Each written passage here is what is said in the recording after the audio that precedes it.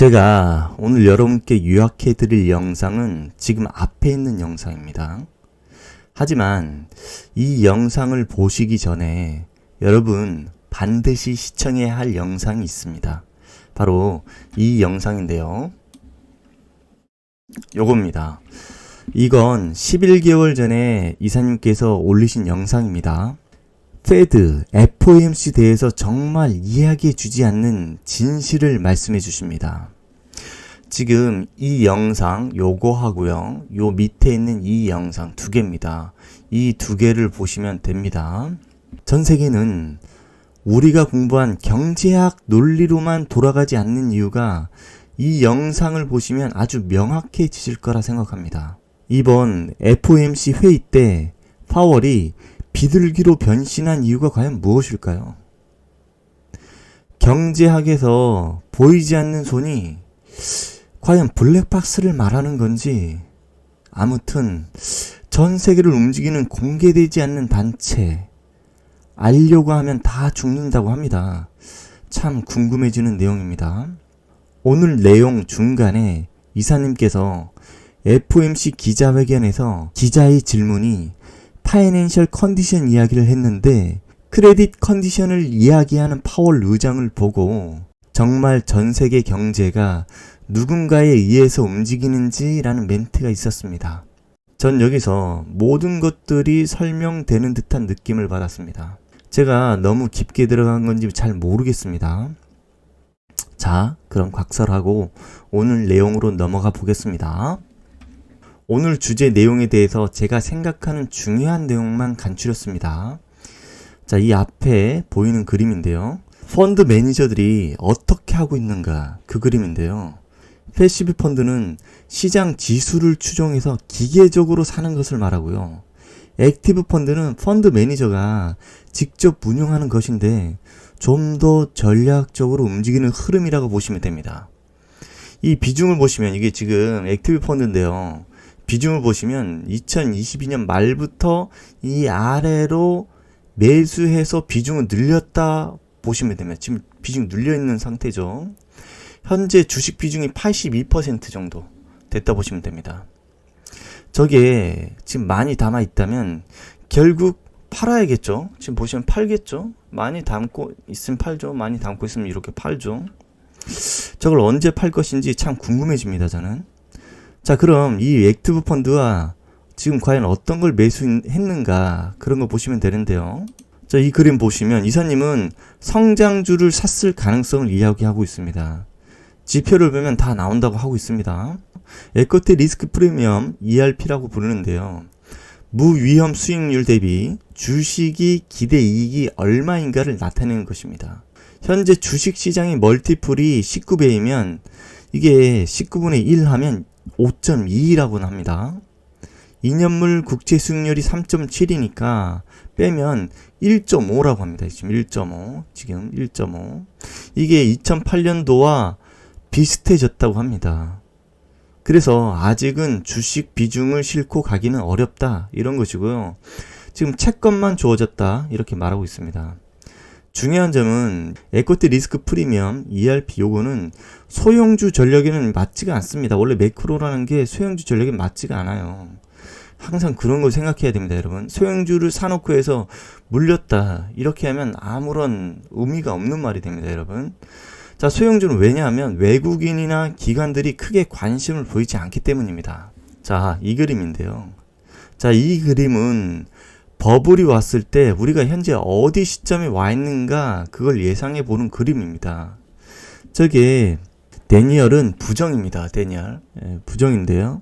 이 고점에서 떨어지면서 요 고점에서 떨어지면서 사람들이 부정하게 됩니다. 부정하게 되고요. 그리고 이 밑에 보시면 불트랩이라고 나옵니다. 불트랩 나오는데 이건 올라갈 것처럼 해놓고 이 함정으로 미는 패턴을 말합니다. 함정이라는 건데요, 여기서. 자, 그리고 지금 이사님께서는 여기에 동그라미 쳤습니다. 리턴 투 노멀 이건데요. 정상으로 회복할 것이라는 기대감을 여기서 주게 되는 겁니다.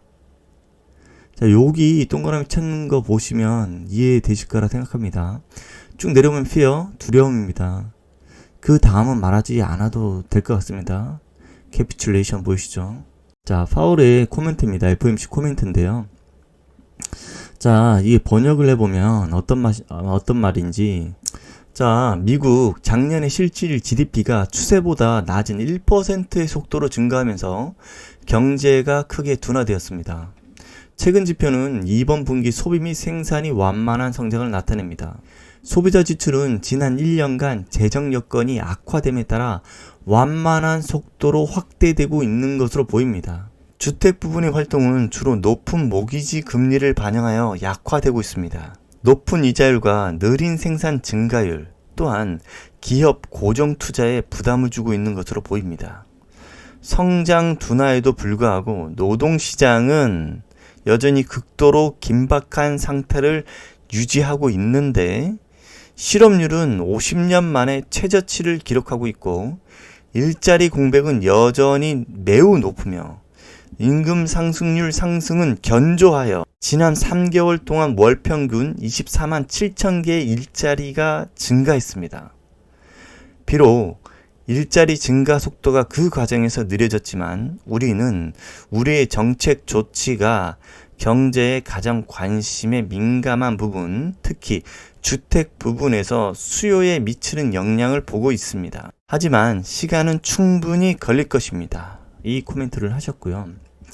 자, 이 노란색 보이시죠? 조금 노란색 이 부분이 중요한데요. 우리가 지속적으로 추적 관찰해야 할 부분입니다. 소비생산, 소비자 지출, 주택 부분, 고정투자, 노동시장, 임금 상승률 이런 것들입니다.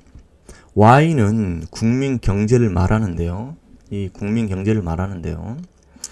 자, 이 이사님 무슨 말씀하시냐면 그 C는 컨슈머 소비 이 70%를 국민 경제에서 70%를 차지하고 있다. I는 인베스트먼트 투자 10%를 차지하고 있다. 국민 경제에서.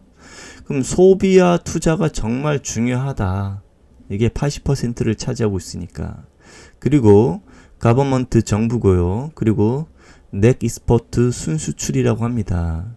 정부 플러스 순수출이 한 여기서 20%를 차지하고 있다. 국민 경제에서 그만큼을 차지하고 있다. 이건데요.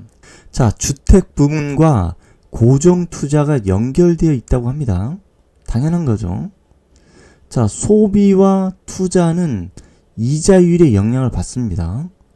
그러니까 투자라는 건 결국에는 주택 부분이죠. 그래서 이자율만 줄였다, 늘렸다 이렇게 합니다. 위 소비와 투자를 이거 하는 건 이자율에 따라서 움직인다는 겁니다. 투자는 금리가 높으면 투자를 안 하게 되는 거죠. 그 부동산이잖아요, 투자가. 그렇게 되는 겁니다. 자, 정부인데요. 정부는 돈을 풀고 있다는 겁니다. 정부 부채 한도 협상, TGA. 여기서 돈이 풀리고 있다는 겁니다, 이제. 자, NX 설명인데요. NX. 이 순수출입니다. 이 순수출, 이거 무슨 말이냐?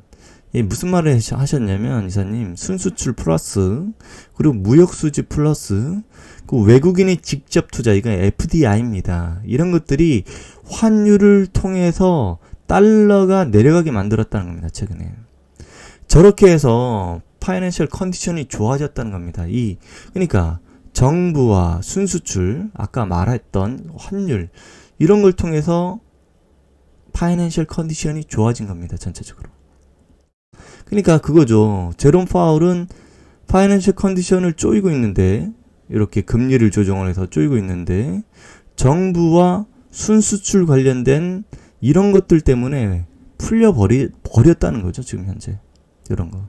그러니까 나머지 20%가 지금 이렇게 엉망진창을 만들었다. 그 말씀이십니다. 자, 여기서 그 말을 했죠. 파이낸셜 컨디션 이야기를 했는데 기자가 크레딧 컨디션을 이런 이야기를 하는 파월 의장을 보고 전 세계 경제가 누군가에 의해서 움직이는지 참 이런 말씀을 하셨습니다. 그게 그래서 앞에 제가 서두에 말씀드린 거고요.